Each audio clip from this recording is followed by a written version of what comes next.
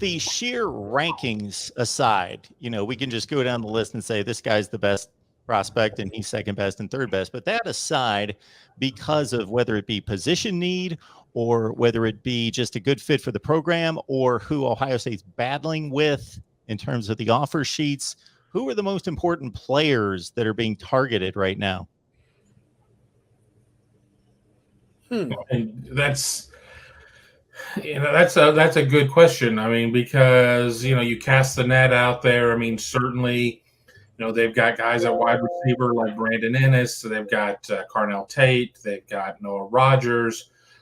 They want to add a second tight end. I mean, offensive line is a huge need. I mean, defensive line, linebacker. I mean, everything.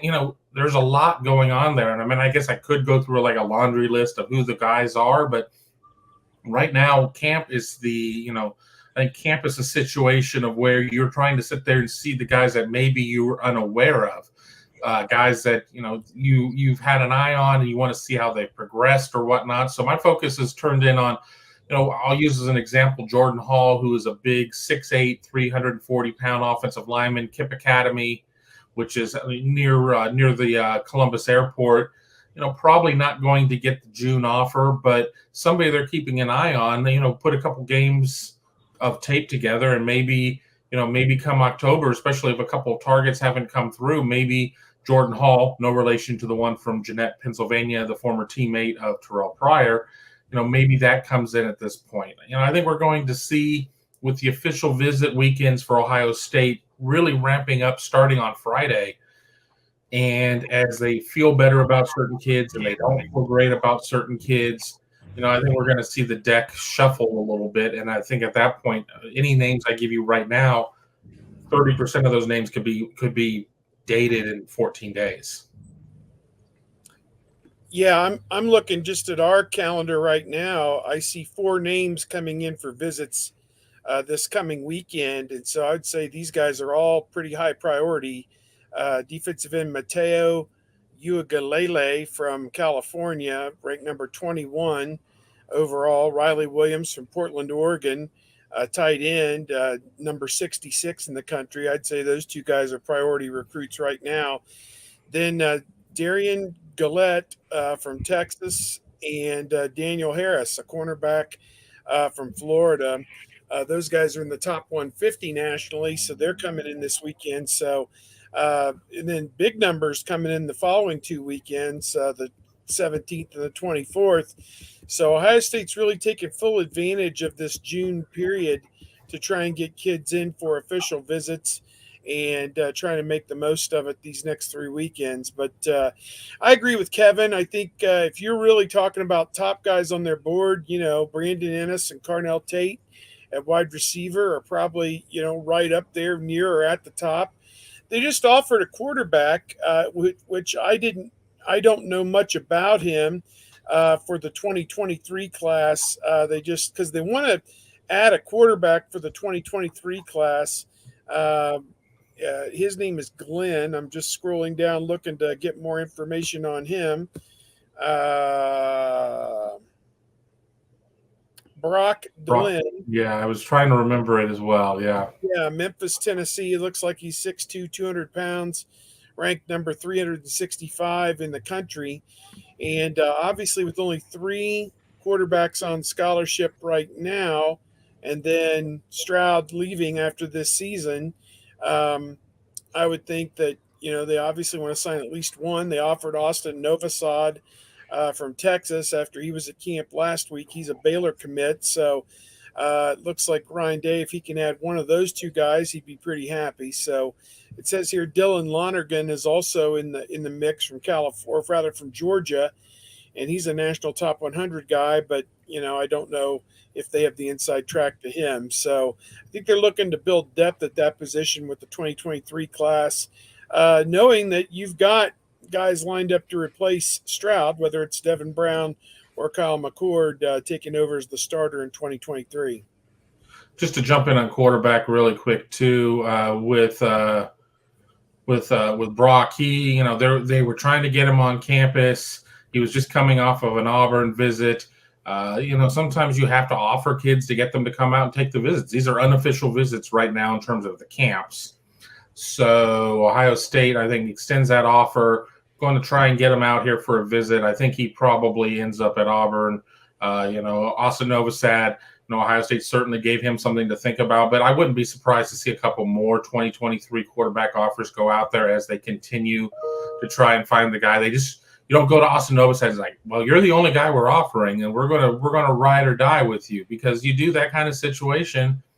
Ohio State put all of its eggs in like one or two baskets many years ago, and they end up striking out, and last minute, they end up adding Stephen Collier to the class, and that's nothing against Stephen Collier, but he didn't really, as in terms of his athletic career, it was not much of an athletic career. I mean, he graduated in 3 years. I mean, he was a good teammate, a good locker room guy, but he wasn't somebody who was going to see the field. You can't really have that many misses, especially at quarterback. So I would expect to see Ohio State cast a wider net. And just to bring up Lonergan, I think that he ends up at South Carolina. Yeah, I think the situation with the 2022 quarterback, Devin Brown, and obviously Kyle McCord, and then 2024 and Dylan Raiola was going to produce some drama at quarterback. And you're good luck getting a top 100 guy. Good luck getting somebody like that to come in and be this sandwich, the meat of the sandwich there. And that's why I think it's going to have to be some sort of not necessarily a reach, but a diamond in the rough type of thing. And with Ryan Day's recruiting at quarterback, sometimes that's still a 4-star, but like the 300th ranked player in the nation or something like that. But even then, like Novosad is committed to Baylor, has other options. This Tennessee kid will have other options, and quarterbacks, they transfer more than anybody else, so they pay more attention to that depth chart, I think, more than anybody else.